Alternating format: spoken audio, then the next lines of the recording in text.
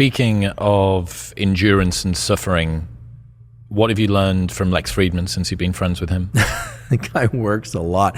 You can text him or call him at pretty much any hour except the early morning hours that he happens to be in, because he's likely to be asleep. Lex is a really interesting one because, like a lot of scientists and engineers, he has that ability to really drop into the trench, which is certainly not unique to scientists and engineers, but is really helpful. I think Lex comes at things from at once a very engineering physics perspective, which obviously computer science, robots, and all AI and all that. He loves that stuff. But there's a phrase that he's used over and over again in our conversations, and he's talked about this publicly, that I've started to pay a bit more attention to because he says it so many times, which is, approach life with love in your heart. Which is weird, right? You think about an engineer who's thinking like this goes there and this is what's going to predict the best outcome, and then you think like approach things with love in your heart. And I think he's right and I think that is very powerful because there are so many pitfalls, and by pitfalls what I mean are energy sinks. There, across the day from the time you wake up until you go to sleep at night, there's so many places for you to put your energy. It can go into online battles, it can go into texting 5 different people. It can be investing in one person. There's so many things. And so much of success in any domain is about, yes, maintaining focus. We hear about that a lot. Focus, focus, focus. But what is focus? Focus is really about not allowing energy to dissipate into these kind of meaningless trails. So I think about Lex, and as I do for all people, I think, what animal does he best represent, or what animal best represents him? I think of all people like this. I have this kind of weird process where after I spend some time with somebody, it just pops to mind. Like I can't tell you what animal comes to mind yet. You might see that after the ice bath later on. We'll see how long I stay. You might be a polar bear, super comfortable in the water, the cold water. But I think that, at some point I realized that Lex gets very fixated on things. Very, very fixated, but he also knows how to disengage, and he really avoids energy sinks through this and losses through this kind of love thing that he's really into. Because anger is very energetically demanding. It's great fuel, but it's not efficient fuel overall, right? It's like having a gas tank full of fuel, but there are a lot of leaks in it. Whereas I do think that doing things out of genuine desire, there's a calm, sort of energized balance that comes with that. And you feel like you can go forever. So this is starting to sound a little bit woo. It sounds like, the heart is more powerful than the adrenals. And look, they're both powerful. The adrenals can keep you alive and enduring for a long, long time. But if you do things out of anger and friction for too long, your immune system will crash. We know this.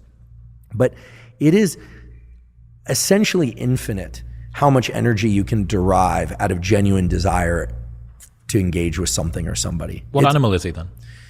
Lex, well, his hair makes me think he's some spiky thing. He's sort of like, he sort of has the persistence of the porcupine, but he definitely has, I think as much as I don't want to admit it, because I wish it were me, not him, but I think the animal that best captures Lex, because he's also a bit of a loner, is the wolverine.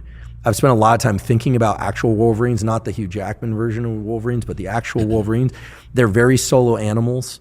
Unless they pair up to mate, they are incredibly strong. He is freakishly strong.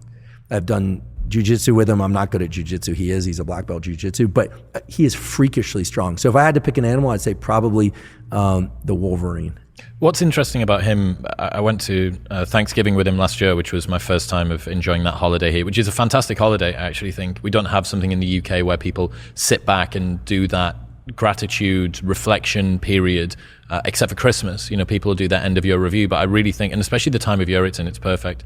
So we were talking, and he was talking about the fact that he was working hard, but he feels this gap between where he is and where he could be, which I sounds like Lex. Sense is a common pattern, yeah. And he was saying that a lot of the friends that he speaks to will say, you're doing well, you're working hard, and he looked me in the eyes and he's like, I don't want them to say that. I want them to tell me to suck it up. I want them to tell me that I need to stop being such a pussy and keep going. I was like, it takes an unbelievably singular person to work as hard as he does. I don't think that the internet, whatever people know about how hard he works, is only a small sliver of just how obsessive and committed he is. And for him to say that he wants to be around more people that push him in that way, it made me realize that perhaps I could be offering more to my friends as well, that offering them just sort of support in the form of acceptance and presence, and I'm hearing you, and dude, you're doing great, or whatever, reassurance in that way, maybe isn't always the best way to go about things. So yeah, it's just something that stuck in my mind. It's a little model that I've kept with me where I'm thinking, look, does my friend need me to tell him that he's doing good? Or does he need me to tell him to suck it up and get his nose down because I know that he can do it? Sounds very much like Lex, and I'm learning about your internal workings a bit too. There are 3 kinds of reward. 2 of them are often discussed. 1 is rarely discussed, but is pretty powerful. And I think it's useful to think about toggling between these different rewards, whether or not for ourselves or whether or not in trying to stimulate and motivate other people. 1, of course, is reward. You did great. Congratulations. That was awesome. Loved that podcast. Great that you got an A+ on your report card, or B+ because last year you got a C, whatever it is, reward. Then there's punishment, right? This is obvious. You screwed up, like you take something away, or you take the anticipation of reward away, whatever it is. You screwed up, you're punished, you're grounded, etc. You're not watching TV for a month or whatever it is. No screens for a month. Then there's the 3rd kind of reward, which is the reward that you hang out in front of somebody at a distance, like a carrot on a stick out in front of them, which is not reward for what they've accomplished, but reward that they can anticipate if they accomplish something. I think this could be very effective in the context that we're talking about it, which is, how would I do this with Lex? I'd say, I really loved this particular interview. If only the next time you have that person on, you also ask them this, right? That's not a punishment. You're not saying it sucked because it didn't include this. You're not saying it wasn't great. You're saying, if next time you were to do that, I think it would be even better. So you're hanging a potential reward out in front. And I think that can be a very powerful motivator. So you can, we could build up a number of different examples around this, but this is not often talked about in sort of reward punishment schedules and motivation. We always think reward and punishment, but we think immediate reward, immediate punishment. Now, in terms of building habits and goal setting and goal seeking, we know that visualizing failure is, for better or for worse, is a far better motivator than visualizing success if you want to get people motivated to start, right? To start.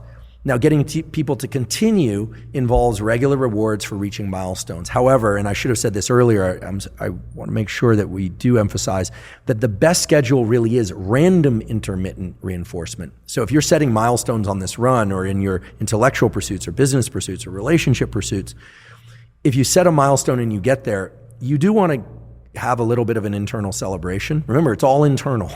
So internal celebration, not extrinsic celebration and reward. But every once in a while, it's good to just not reward yourself. Now, at what ratio should you do that? Well, the computer modeling data say that the optimal ratio of successful trials and unsuccessful trials for learning and motivation is going to be about 85% of the time to reward yourself, and about 15% of the time to not reward yourself. So random intermittent lack of reward is another way to think about it.